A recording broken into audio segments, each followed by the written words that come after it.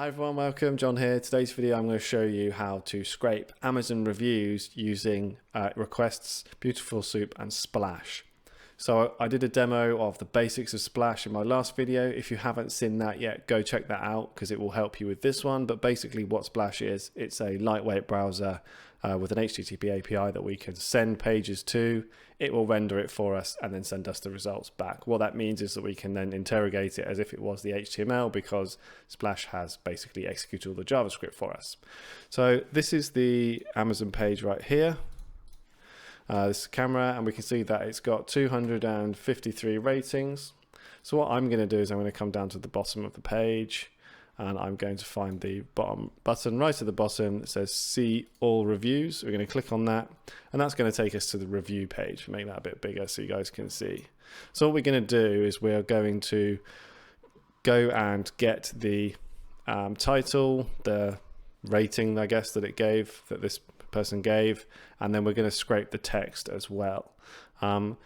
Taking review text like this is pretty interesting. We can do some cool stuff with text analysis, which I will get into in the next video. For this one, it's just going to be getting the data out. So we're going to be scraping those three things. So what we want to do is we want to open up our Docker and we want to start our Splash. And we can see it says running on port 8050, and we can check that by typing in localhost, and then the port was 8050. And we can see that it says Splash is working, so that's great. So I'm going to go ahead and copy this page, but before I do, I'm just going to see how it deals with the pagination, because then we can make sure we get the URL right from the start. So the actual URL changes and it adds page number is equal to 2 at the end, sorry. So I'm going to go hit that back to 1, and that takes us back to the first page. So I'm going to copy that. So now we want to import the modules we need. So we need requests. So I'm going to do import requests, and from BS4 import Beautiful Soup. I can never spell this, type this word right. Always get it wrong. Great. URL is the one that I just copied. It's a nice long one, so we'll just leave that there.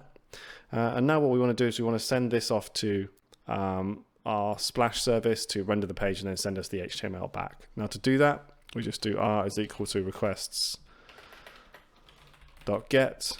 Now we need to send, instead of using our Amazon URL here, we need to put in our Splash URL, which is the localhost one I just showed you. So HTTP / and it was local host 8050. The Splash service we want to use is the render one, so we do render so we can send it to the right point in the API, and then we want to add in our params, which is going to be the URL that we want to scrape, and in this case this is this URL here, which is that goes in here. And then after that, I'm just going to put in wait, just so it doesn't hang around, doesn't wait if the page doesn't load. And I'm going to give it a value of 2. So if I go ahead and say, let's print r.text and run that, we should get back basically a load of HTML text, which is what Splash has sent back to us. So we can see it all here. If I was to do it without Splash and just do r is equal to requests.get URL, and again print the r.text, we can see it comes back much quicker, and up here it says we just need to make sure you're not a robot, which is not what we want. So we don't need this one, and we're going to keep that there. So I'm just going to do let's print actually let's ignore that. Okay, let's create our soup object. So we'll do soup is equal to Beautiful Soup, and then we want to do r.text, which we just verified came back from Splash with all the information that we want, and we will also do HTML parser because that's how we want to pass the information. Coffee break.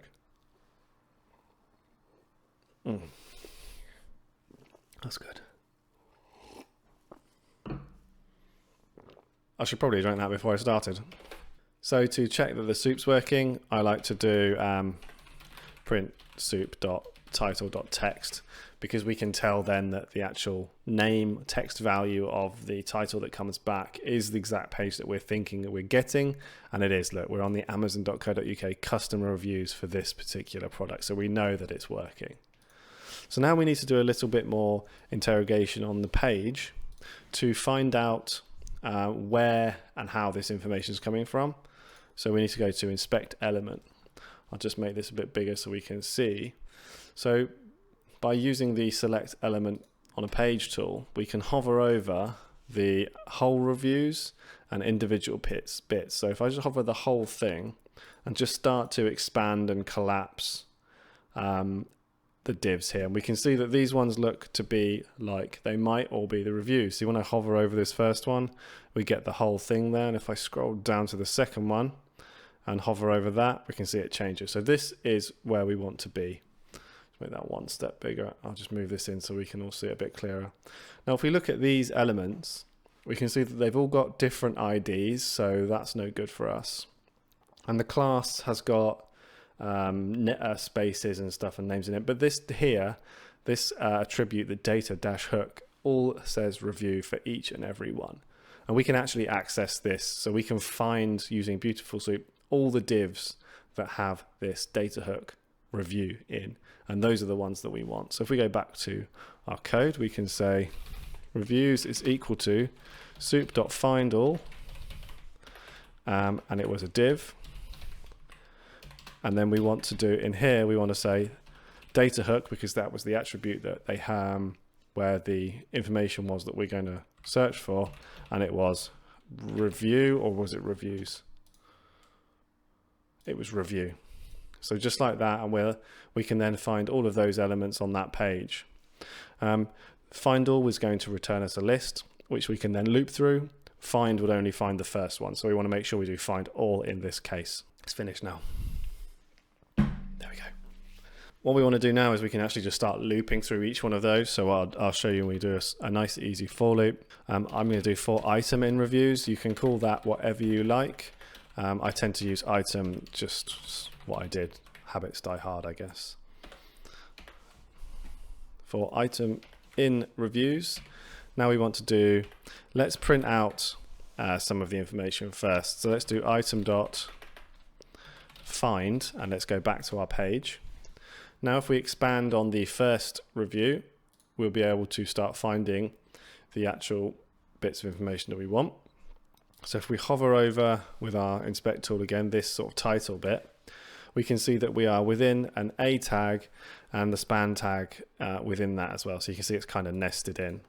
So again, this A tag has got this data hook review title, so we can absolutely take this and we can find that element this way.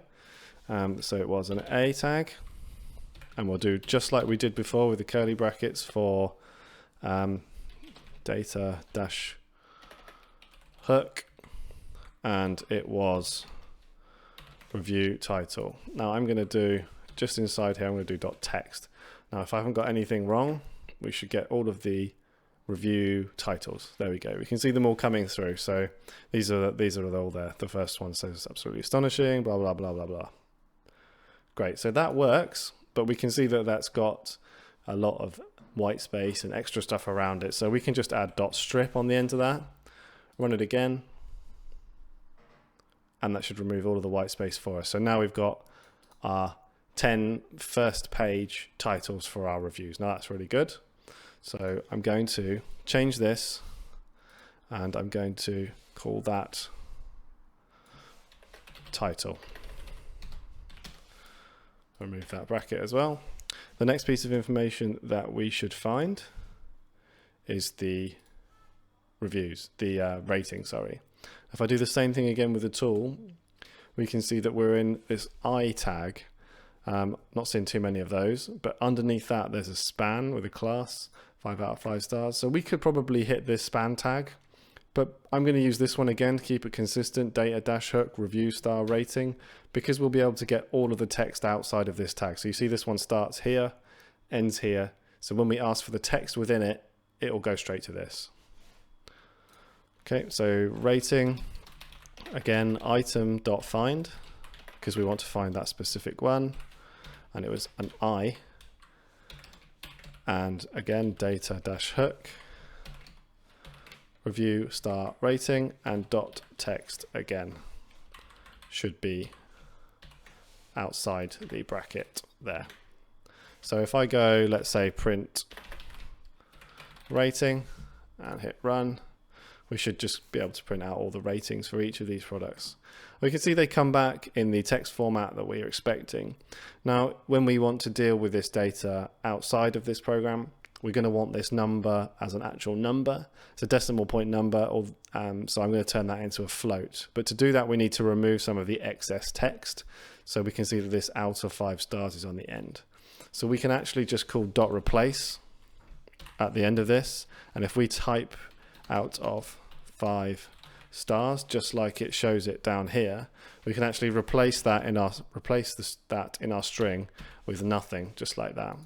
And then I'm going to do dot strip afterwards to remove any extra white space. And then I'm going to wrap the whole thing in float like this. So it's got quite long, but we see I've done exactly the same thing. We've got, this is getting our data. Then I'm asking for the text from the element.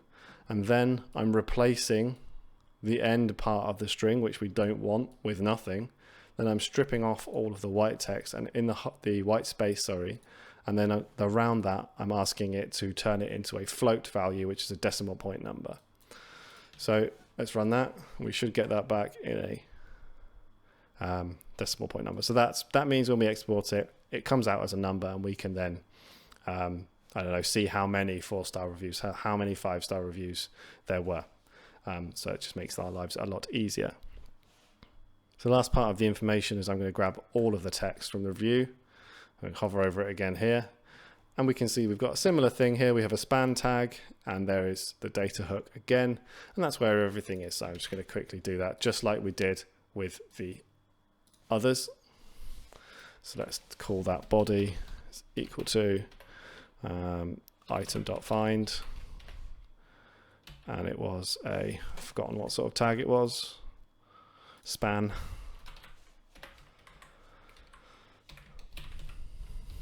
And our data dash hook, put the review body in there, again dot text, and I'm also going to strip as well on this one to remove all of the extra white space, and I've missed the bracket there. It should go here, so these two match. And then I'm just going to print that out just so we know that it's working, but this is going to be an awful lot of text for the terminal. There we go. So it's all there. There's probably some extra characters in here that we would want to remove as well, but I'm not going to cover that in this video. That will be in the next one, where we look at more analyzing this information a bit more and what we could get out of it. So now we know that all of the info is coming out right. We want to turn what we've got into a Python dictionary. So we're going to remove our print state, and we're just going to call this review. And we're going to create our dictionary around the whole of this. And then we're going to turn title, rating, and body into our keys, and then the actual data that we're scraping into the values. And we have to have a comma at the end of each of these lines so that it works properly. So then after that, we can just print the review that we've created. Ooh, and check that that works. Should probably have removed that. There we go. We can see that we're getting a title, the rating, and the body of text. I'm actually going to add in one more piece of information, and that will be the product name. So I'm just going to add in, I'll call it product, and we're going to call it soup.title.text. But we want to remove, if you remember, we looked when we saw the title earlier, so it had some extra text on the beginning, which is, let's just go get that real quick so we can find out what it is. And let's just comment this out. I should probably have done this first, and we wouldn't have to do all of this. So I'm going to remove this amazon.co.uk customer reviews bit. And that kind of just gives us an easy-ish way to find the product name. In this case, we'll take it from the title. So we'll replace that with nothing, and then we'll do dot strip to remove the white space. Cool. So that's how we would go about getting that information, but obviously there are multiple pages. So we need to find a way to loop through all of the pages and get all of the reviews. There is also another thing which we need to take into account, that Amazon, regardless of your location, tends to give you the reviews from these other countries as well, and they actually come up slightly different. So we see, I think this might be one, yeah, so it says translate to English. That actually comes up in a different HTML element and tags. So what I'm going to do is I'm just going to skip over it because it's going to throw up an error, but it's debatable whether it's useful to us or not because I can't translate this text anyway. So we'll deal with that when it pops up. So we need to find a good way to run the code for each page without having to find how many of their pages there are first and just loop through them that way. So what we can do is, if we look right at the bottom here, we have a next page button. So if we keep clicking on that and we go to the end, let's try going to, it's 103 reviews, 10 per page, so let's go to page 10. Okay, and there we can go down to the bottom again, and we have a next page button, so that must mean there's a few on this page.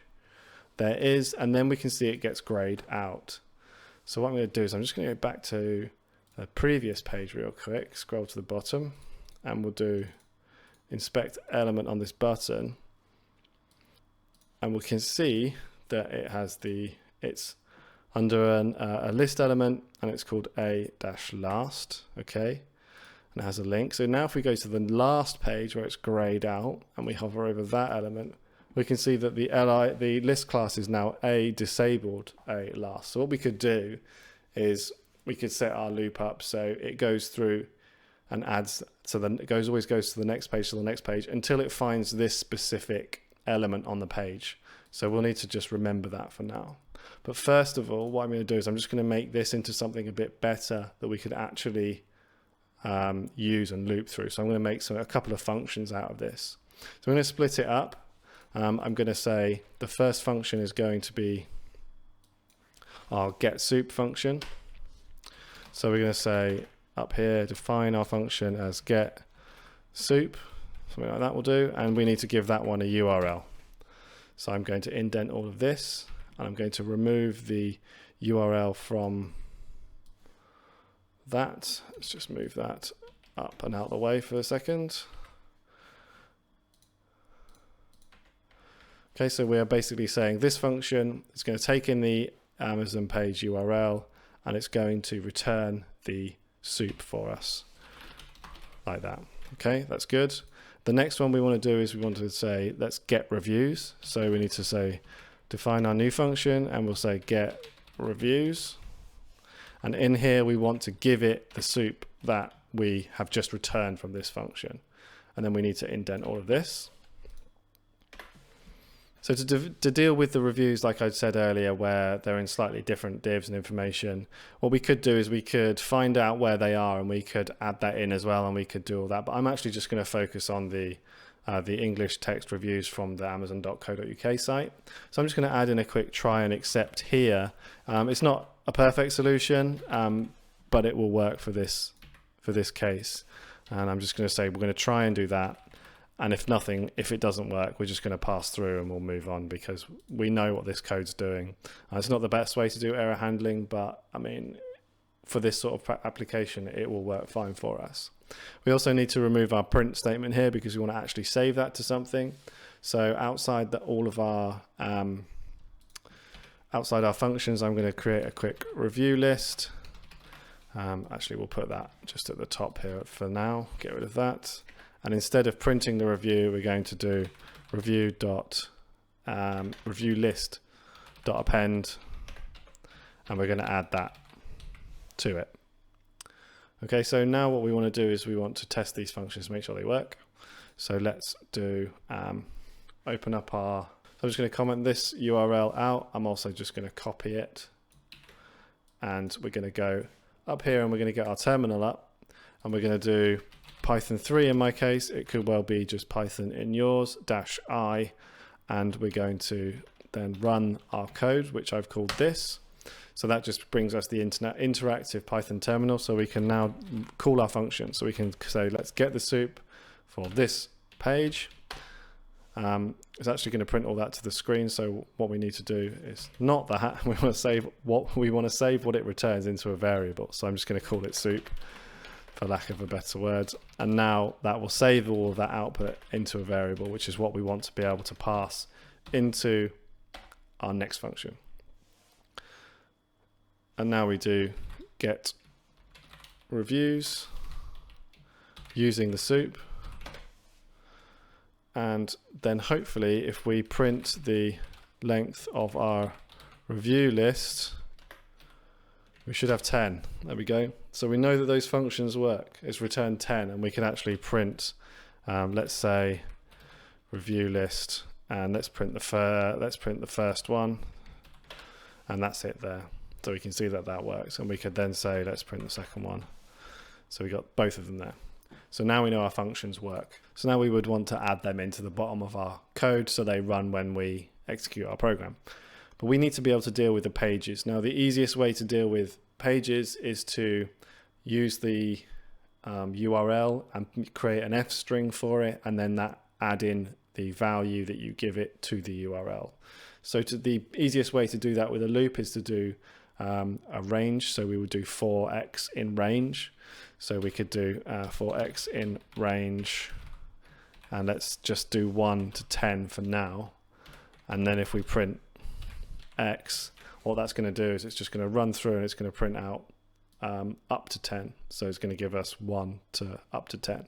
Now we can use this number to put into our URL to generate the next URL for the page that we want. So if we remove this, if we look at the actual URL of the reviews that we were looking at, we have this page number at the end. So we can add our new number to that each time we loop through. So I'm just going to remove that. So what we want to do is we want to say soup is equal to get soup. So we want to run our soup function that we created that returns the whole page HTML, okay, via Splash. And we want to say, we're going to do it on this URL, but we're going to say it's an F string. Then we paste that in, it'll come all the way across. And where we've got number is equal to 1, this is where we want to put our X, because that is going to be replaced, because it's an F string, by whatever value X is given. And in this case, we're doing X in range, so our X becomes our page number. Okay, it's a good way of doing it. It's maybe not the best. Another way of doing this would be to get to the bottom of the page, find the next page button, and then take the URL for it, and then hit that. But I quite like this approach. It's quite straightforward and it's easy to understand. So once we've got our soup, we can say let's get our reviews from that soup, and that's going to execute this function on the code from the URL that we just generated using our X for our page. So I'm actually just going to do a quick print statement in here so we can see it counting up when we run it. So I'm going to say we're going to print the length of our review list at this point, because at the end of each of our get reviews we append to our review list, so that should grow by 10 each time. And then what I'm going to do is we're going to say if the element on the page that we look for the next button is there, break out the loop. So remember we saw this button down here. So when we don't want to go to the next page is when we find this element in our soup. So I'm going to copy this class and we're going to say if not, so that's if it doesn't, so if not this, carry on or do whatever. So if not soup.find, and it was a list, an li, and it was a class of this. So if you don't find this, yeah, carry on. So we're going to say pass. So when it goes through the soup and does all of our reviews with this function, if it doesn't find this element, it just carries on. And then we can do else and then break. So if it does find it, it breaks out of our loop. And that's a way we can basically just put any number in our range, and we can go all the way up to 999 pages. But as soon as it finds this element, it's going to break out so we don't end up wasting time. So I'm going to try that for now, and what we'll do at the end of it is we'll just print the total. Actually, we don't need to do that because we're printing the length of the review list here. So when I run this, hopefully what's going to happen is we're going to get a new number come up each time. It's going to be 10, 20, 30 as it loops through all the pages. So I got to 27. So this is at the point where I was saying it starts to hit the international reviews and it becomes an issue because they don't follow this format. I've chosen not to pull them out. If you wanted to pull them out, you could totally write that in as well, and you could do try this, except, and you could add in the same for the international reviews. But I'm just leaving them out for this example because it's already a long video and I can't do anything with it because I don't understand the languages totally. Okay, so that means we only got 27 for this product, but we do go through all the pages because we find all of the information there. Okay, so now that we know that works, what I'm going to do is we're going to export the information that we do get. I can remove this URL line. I'm going to export the information that we do get using pandas. So import pandas as PD at the top. And then underneath here, we're going to do df for data frame, because why not? pd.dataframe with the capital letters. And we want to use our review list as our data frame. And then we want to do df.to, and we'll do CSV. Actually, we'll do to Excel because there might be some funny characters in there. And we'll call this A6400 reviews, and it's SLX, yep. And we'll say index is equal to false. That means that we don't get the data frame index on the left hand side. We just use the Excel index. And I like to do a print statement at the end just so I know that it worked. What we'll also do is, along with this, we'll just add in another print statement here just so we get a bit more output to the terminal. I'm just going to say print, and we'll actually make this an F string, getting page, and again with the curly braces, and X, Mr. Bracket. Okay, so now I'm going to run this, and we should then end up with an Excel file with all the reviews for this item nicely split out. So I'm just going to let it run, getting page 1, so we can see that, 2. It's reasonably quick. We're sending a new request off every time that we do this as well, so bear that in mind if you're trying to do lots and lots of scraping on Amazon. If you try and send too many requests, it will probably block you. It'll block your IP for a certain amount of time. This is fine. This is not that quick. What we could do is we could run this on multiple pages, multiple things, and get lots of different reviews for different products at the same time. We could save them into a database, which might be quite useful. We could then pull them all out, so we could have, I don't know, you could run on, this was a camera, you could do on 10 different cameras, and you could get all the reviews, and you could compare and contrast, or you could do it on your products, or you could do it on your competitors' products, data analysis. So I go and grab the file. If I just open the file up, we can see that we've got the product name, which we put in, the title, and the rating, and we could then go from there, and we can see we've got all the review text as well. So that's pretty cool. There was only 27 odd reviews, so what I'll do is I'll just run it again on another product, which should hopefully have a few more than that, and we can see it working in that case as well. What's going to have loads of reviews? Wireless headphones, that's got to have loads, right?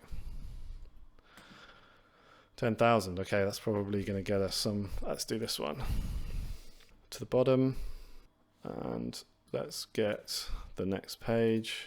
Cool, there we go. And let's paste that in here instead.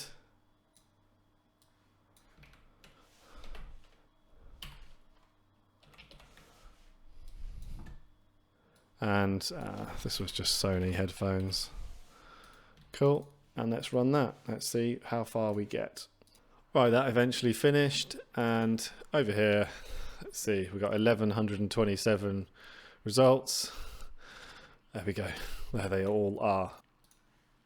So that's it for this one, guys. Thanks for sticking around and watching it. It's quite a cool way of getting out some, could be potentially useful data. I'm really liking Splash at the moment, so you'll probably see some more videos coming up where I'm using that. Don't be intimidated by the fact that you need to use Docker. It's just dead simple to install and run Splash. So definitely check out my last video if you need to know how to work that. We're basically just using the very, very basic parts of it, so it's pretty easy. So don't forget to like the video if you like it, drop a comment below and subscribe for more web scraping content. There's loads on my channel already and more to come. Thank you very much, and I will see you in the next one.